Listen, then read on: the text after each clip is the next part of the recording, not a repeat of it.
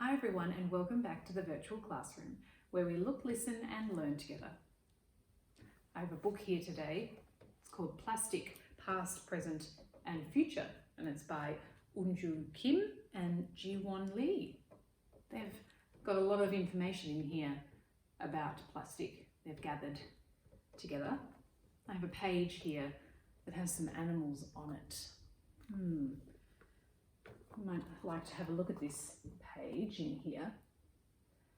Doesn't look quite right, does it? What is wrong with this picture?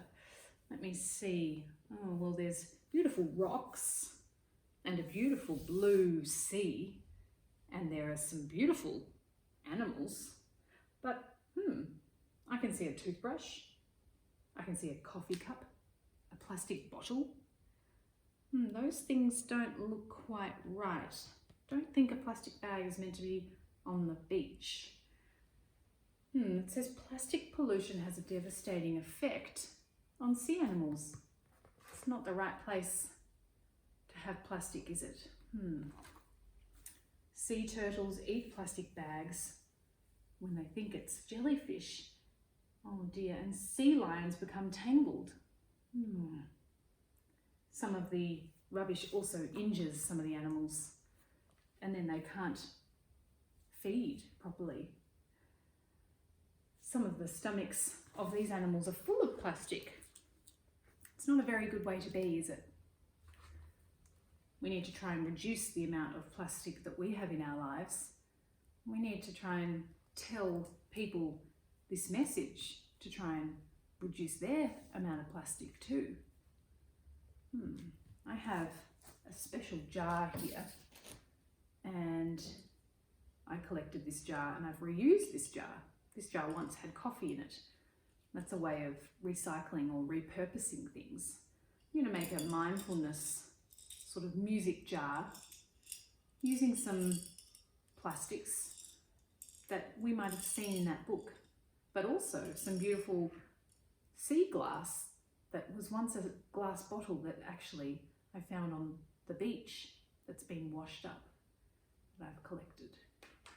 So you can see, if you shake it, it makes a nice jingle sound. Also makes some bubbles too. You can watch those bubbles as they rise to the surface.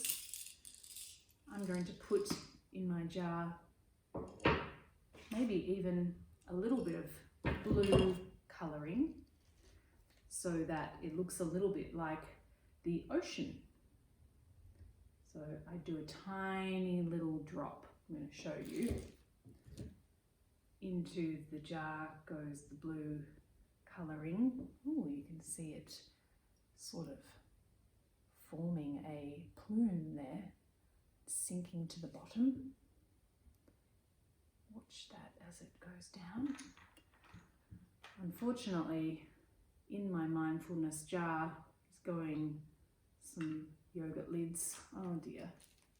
And even some bread tops. On goes the jar. A mindfulness jar helps you to think clearly, to stop, to reflect. That means you might think about something that's happened in your day. Also helps us to experiment, to slow down and just be. I'm watching these plastics float around, and that's making me reflect on my impact, the impact that I have on this world, no matter how big or small. But we can all do things to change our impact, to make it smaller. And maybe you could think about some things in your life that you could do to try and make your impact smaller. Maybe it's picking up rubbish when you go for a walk, or maybe it's contacting your family and friends and talking about things that they could do in their households, spreading the message about reducing or about reusing. There are lots of different ways that we can be green and think eco. I'm going to shake it up. Oh, and watch the bubbles. Watch it all float around. You might think of some other things to put in your mindful jar. Whoa, look at it twist around as it spins. As it spins, you might even imagine that you're a fish trying to navigate your way and move through this ocean full of plastic.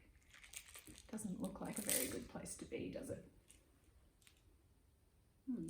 Maybe you can make your own mindful jar out of some plastics.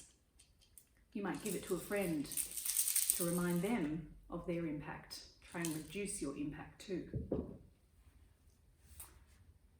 I'll see you next time. Bye.